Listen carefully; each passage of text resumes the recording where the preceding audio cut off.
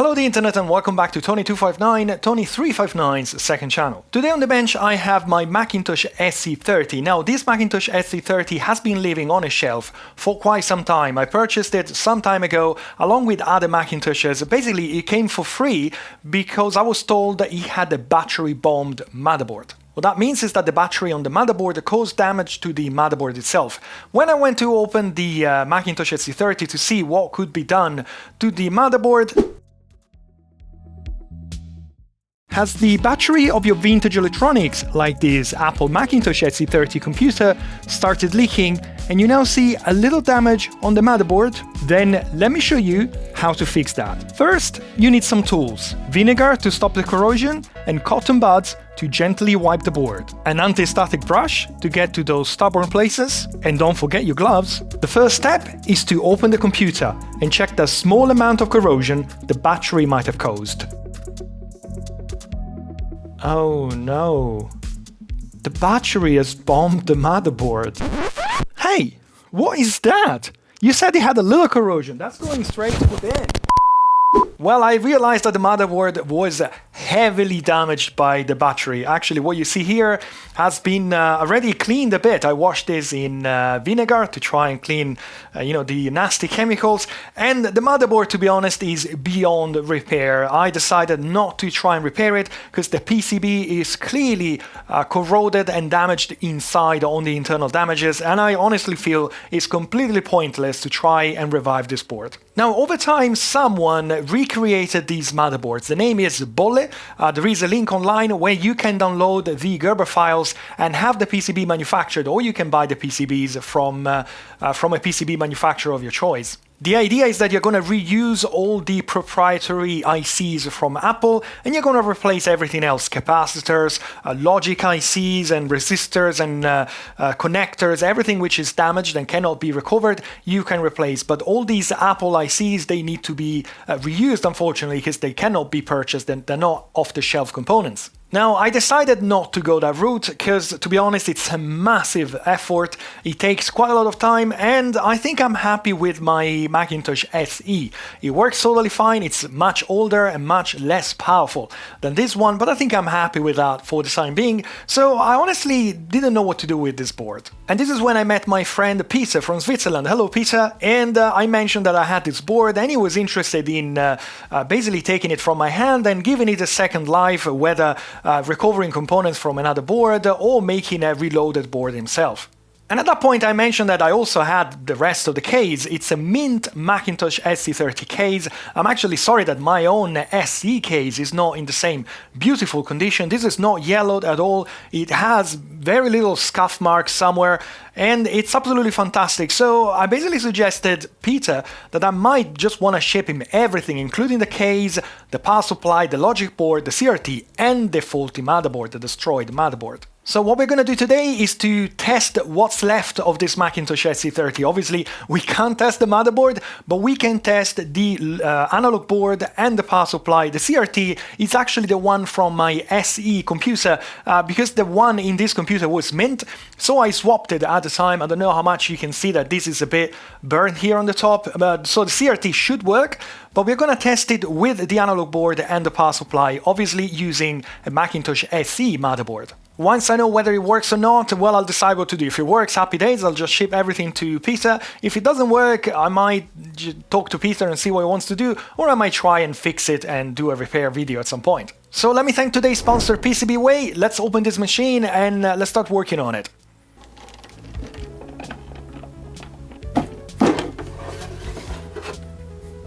Right, I had forgotten I did refurbish the case here, which was severely corroded, as you can imagine, from a battery-bombed motherboard. It was completely rusted, and I cleaned it and repainted it with some cold galvanizing paint when I did my SE as, part of the experimentation of seeing whether this would come up okay or not. The CRT is nice and clean because again I was using it in my SE, and only after a little while I realized that, well, you know what, I'll just swap it with the SE30, which is it looks much better. So the CRT looks shiny, the case is all clean, and this has a Sony power supply. So what I need to do now is to disassemble everything, take out the power supply, the analog board. We're gonna test the power supply by itself. Then we're gonna test the analog board with the power supply, the CRT, and my Macintosh SE motherboard. Make sure that it produces voltages and it produces a picture on screen. And then I also see a hard drive here and a floppy. I honestly don't know whether these are working, so it's going to be interesting. So if everything works, this is going to be fantastic, because if you look at it right now, you wouldn't be able to tell that this was battery bombed. It looks pretty good. So let's disassemble everything and start working on the power supply first.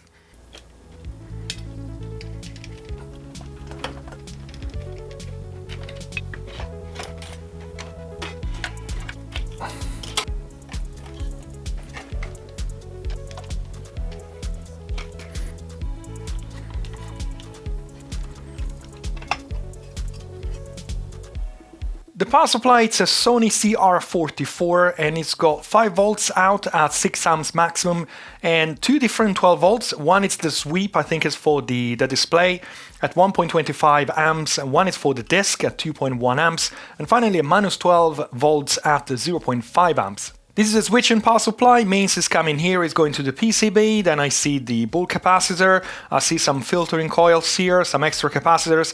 I think these two are the main switching transistors. We got the transformer behind here, and this IC here, which is an MB3759, is the main switching controller. And if I'm seeing that right, that's on the secondary. And I believe these are maybe small transformers or something to isolate primary from secondary. Bear in mind, this is a very old design, of course. Then we got some, I guess, diodes under this heatsink. We got some inductors, I guess, those two big things, capacitors, and then we have the outputs. Now there is a trimmer here. I understand that that's to regulate the 5 volts at least. I'm not sure whether it also has effects on the other voltages, which is likely. Now when testing these old power supplies, you often need a load. If I remember right, when I tested my SE power supply, and by the way, bear in mind that the SE and SE30, they do share the power supplies and the logic board. In fact, I can see that on the logic board here, it says Macintosh SE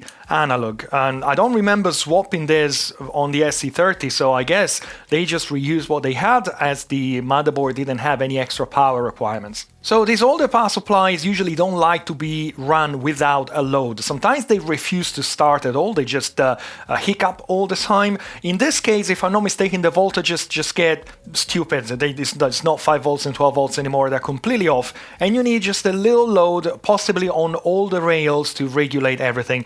And some time ago I made this thing, I know it's serious, but it actually plugs straight on the SE/SE30 power supply, and it provides a little load for the minus 12, for the 12 volts, video, or whatever it's called, the other 12 volts, and the 5 volts. It's a little bit, I've got, you know, an amp or half an amp depending on the rail, and that way you can actually, well, number one, test the power supply properly, number two, double check that the voltages are actually correct. So first thing first, let's just power it on and let's make sure it works. I haven't got a load, so I'm expecting something not very accurate. I might be on the 5 volts, I'm not entirely sure.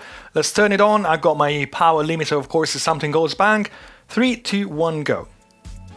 That's the 12 volts, and as you can see, I mean, it's reading 12.7, then it goes down a bit. It's not too bad, actually. Let's check the other voltages. Try this again, 3, 2, 1, go.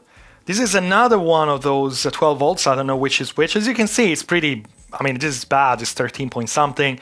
So clearly it needs a little load, and then move to the next voltage here, which I guess is the 5.4, 3, 2, 1, go. Still 5.4. And then at some point, somewhere here, we might have the minus 12 volts.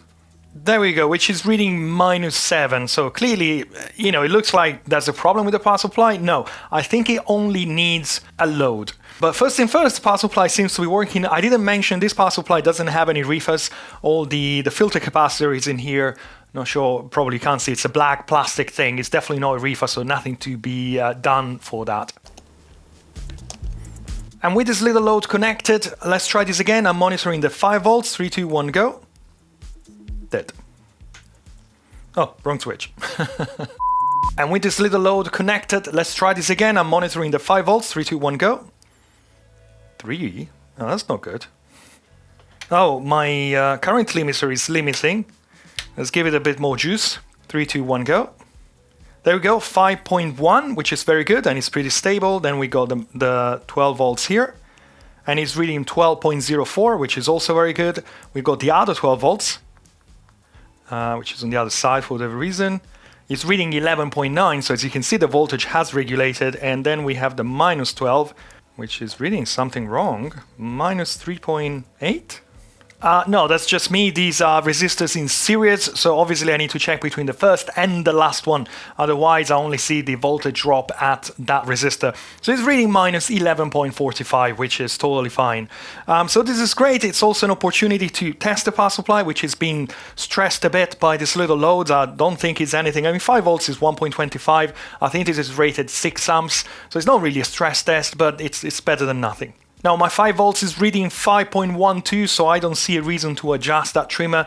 Ideally, you want to adjust it with the Macintosh running, which is more or less impossible because the trimmer is inside the power supply, and it's becoming inaccessible as soon as the power supply is back in place. But yes, this power supply is working totally fine. So the next step would be to maybe have an inspection of the analog board. There's some weak points which are kind of common between all those analog boards, and then it's just a matter of plugging everything together, including the SE motherboard, and see whether everything works. Actually, now I'm looking at it, there's a little hole here, and I can see that it does match the blue trimmer inside the power supply. So yes, the 5 volts can be adjusted. It's going to be a bit tricky because really you got high voltage, you got the CRT in the way, you need a very long trimmer, but it can be adjusted without having to take out the power supply out of the Macintosh. When it comes to the analog board of the SE30 or the SE, because this says Macintosh SE analog board, there's really not much going on because the power supply is completely separate and it's enclosed in a different case. There's not much going on the board itself. This is the connector for the power supply. You can clearly see from the traces here that some of them are going straight to the hard drive, the 5 volts and 12 volts, and most of the others are going to this connector, which is then going to the motherboard. And I can see a 7905 here for the minus 5 volts generation. Everything else is the electronic needed for driving the CRT, but being a monochrome CRT, there's not much going on here. Now, one thing I'm seeing is that this board looks mint. Remember, this is inside a computer with a CRT inside, so usually with time everything gets covered in black soot, and you can see a tiny little amount of soot in here on the sticker. I just, you can see that where I clean with my finger and when it's not. But that's it, everything else is brand new. I have a feeling that this computer has been used very little, and that would explain why the case is in mint condition, and too bad that the battery completely destroyed the motherboard. There is a little bit of dust here on these potentiometers, clearly because we got the fan in here, which is either sucking out or blowing in. I think it's sucking out. But besides that, this is like brand new. Even on the flyback transformer, there's really nothing. Look, it's a tiny amount. This is nothing for a CRT. I mean, this would be completely covered in black. Maybe not covered in black, but you see what I mean. Now, there's literally not much that can go wrong in here. There are 11 capacitors. This one is bipolar. It usually happens with CRTs. They look in good shape. One thing that we want to check on any Macintosh is the deflection connector. That can develop some cracks at the bottom. At the bottom, we have a little cover here, and we can remove it and take a look under the microscope and make sure it's okay. We can reflow it just to be on the safe side, and then we can inspect a bit more, maybe under the microscope. At the beginning of this video, I mentioned that Bolle designed a replacement motherboard for the SE30. And the replacement board is available from PCBWay, the sponsor of this video. I put a link down below in the description. All you have to do is just to put the board into your cart and place an order.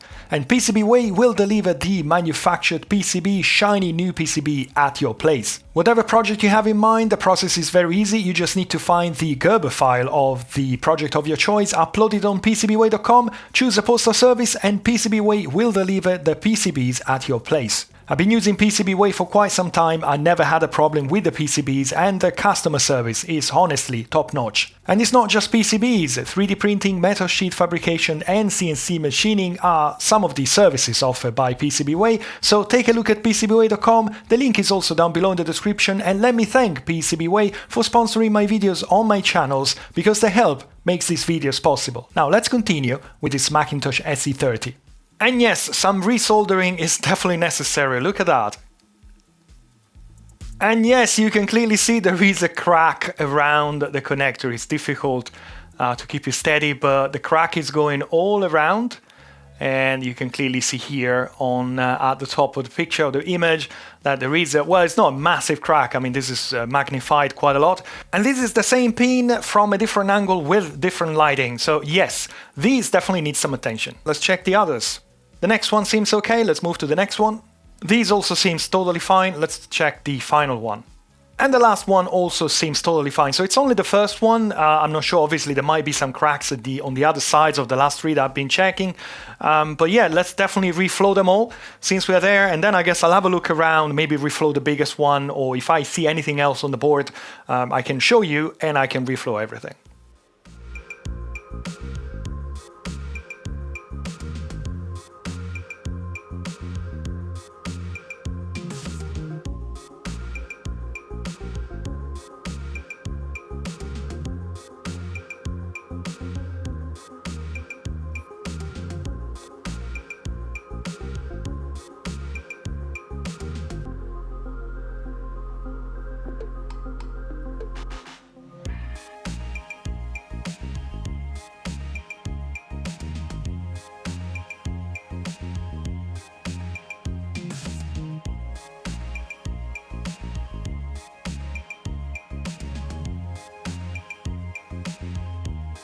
Now, when it comes to capacitors, I don't have a good tool that can measure the capacitors in circuit. And I'm not a massive believer of doing that. I think if you really want to do a proper check, you need to remove the capacitor or at least remove one leg. I'm also not a fan of just swapping capacitors for the sake of doing it. Everything looks totally fine here. What I'd like to try is this little tool here, the Zoyi, which I showed on this video.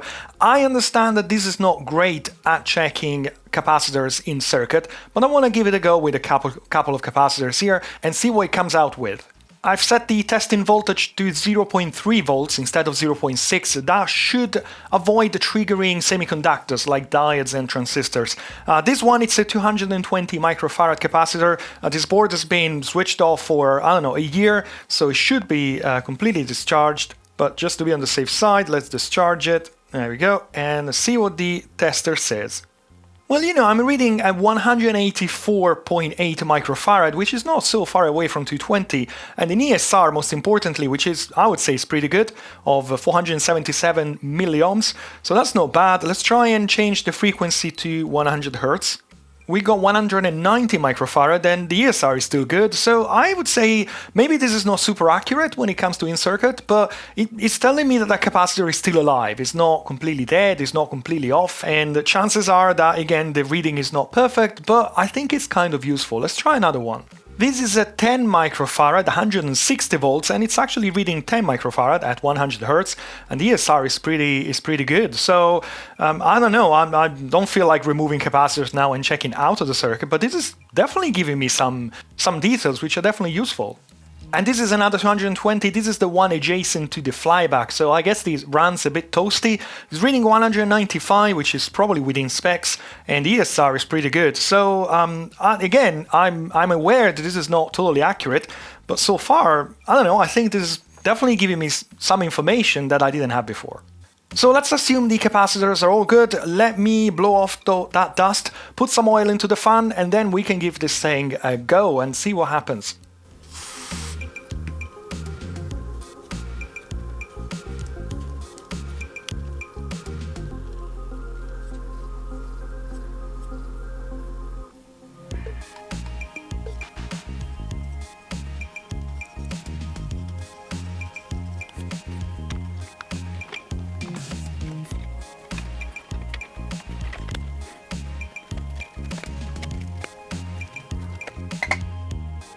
Because I'm lazy and I don't want to go back in the home and get my SE and disassemble it and get the motherboard, I've got this untested SE motherboard from another one of my Macintoshes. It feels like the perfect choice to test an untested system.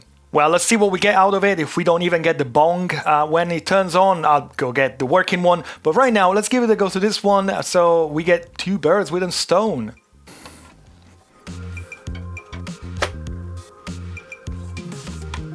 Alright, I'm ready to give it a go. I haven't got much connected to it. For the time being, I just want to see a picture on the screen that would tell me that the analog board and the power supply are working. The power supply is already switched on, so let's give power to the thing and see if it works. In 3, 2, 1, go.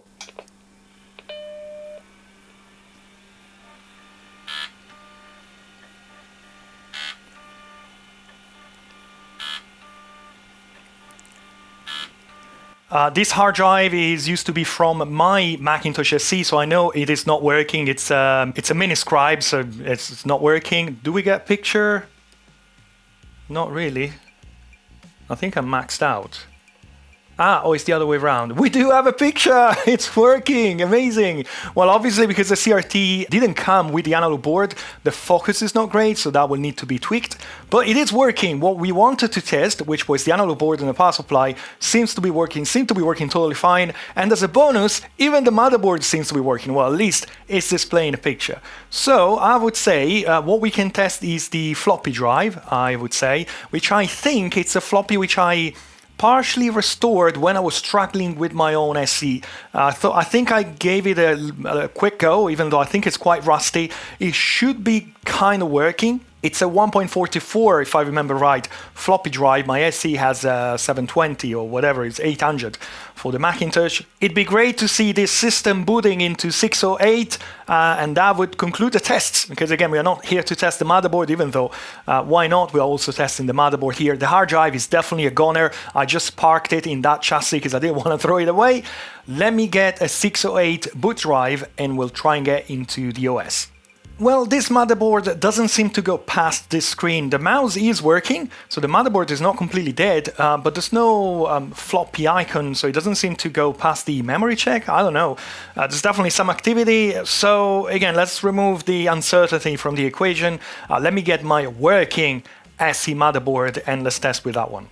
And while I was carrying the SE from my living room to the workshop, I think I realized why the motherboard didn't work before. As I said, this floppy drive is 1.44 megabytes, and my other motherboard that I was testing was from an SE with an 800 kilobyte floppy drive. I don't think it has the ROM which supports the 1.44, so clearly I guess it was getting stuck there. And this is no different.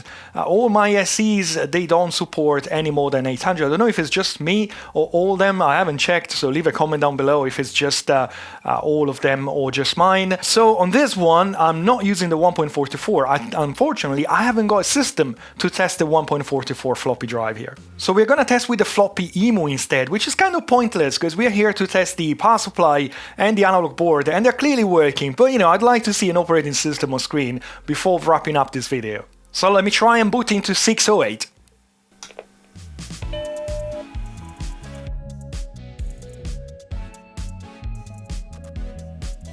And it works! Perfect. So I'd imagine the 1.44 drive just simply doesn't work with the 800 kilobyte floppy controller on this motherboard and the other one. So happy days. And for the purpose of today's video, which was testing the analog board and the power supply and the CRT, which I knew it was working, this is a complete success. Everything is working, and I'm happy to ship this to Pisa in Switzerland. I'm really happy for what's left of this Macintosh to get a second life. So thank you very much, Peter, for taking this from my hands. It's an amazing case. It's in incredible shape. Even the interior is fantastic after I refurbished the frame with the galvanizing paint. So thank you so much. I'm looking forward to seeing the outcome of what you can do with it.